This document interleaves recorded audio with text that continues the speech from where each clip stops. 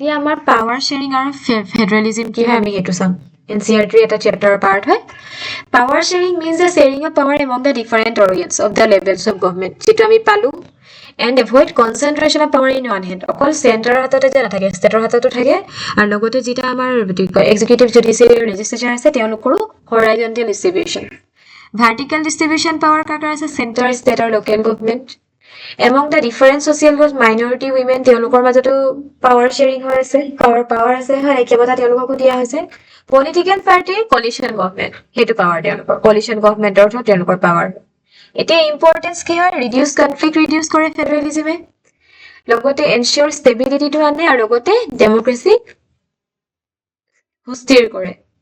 federalism কি হয় যত power divided between a central and state authority center আৰু state মাজত যেতিয়া power আমাৰ divide হয় feature কি হয় two or more level of government দুটা আৰু বেছি level of government থাকে লাইক এতিয়া center state আৰু আমাৰ পঞ্চায়তো আছে এটো ধৰা না যাব third tier of government division of power by constitutionৰ পৰা আমাৰ power বিলাক আহে judiciary independent হ'ব লাগিব routine আৰু supreme constitution হ'ব লাগিব constitutional খন লিখিত আৰু তাৰ ওপৰত একো হ'ব নালাগিব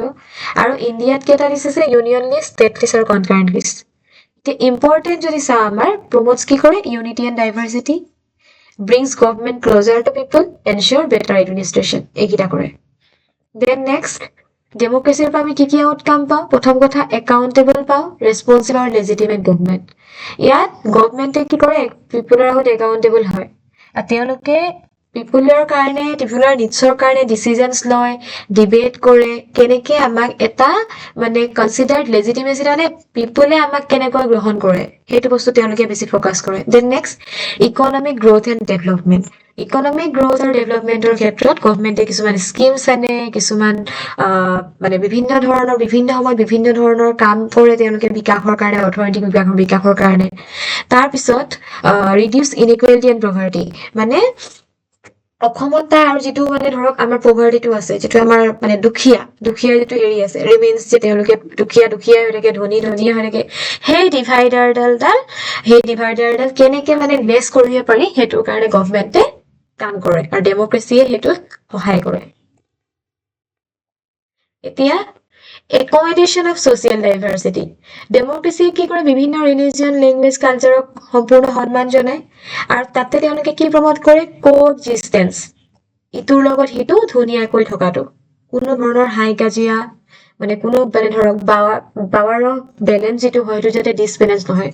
power sharing helps in reducing social conflict power sharing টো কি কৰে social conflict টো reduce কৰে এতিয়া dignity and freedom of citizen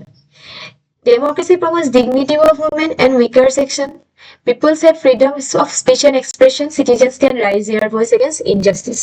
Yeah, dignity কৈছে মানে আমাৰ মানুহৰ যেটো এজ এ হিউম্যান বিং আমাৰ মানুহৰ যেটো মৰ্যাদা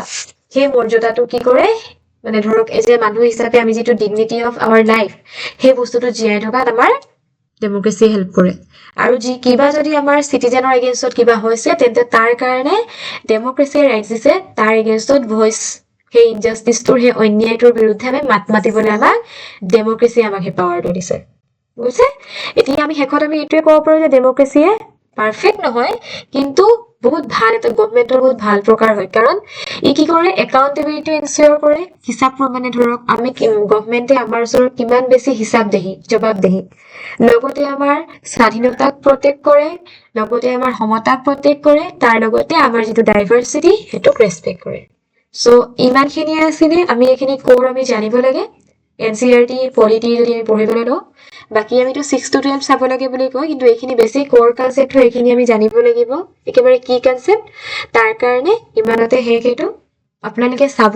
নিজেও চাব আৰু আনকো শেয়াৰ কৰিব যাতে আৰু উপকৃত হয় ওকে থ্যাংক ইউ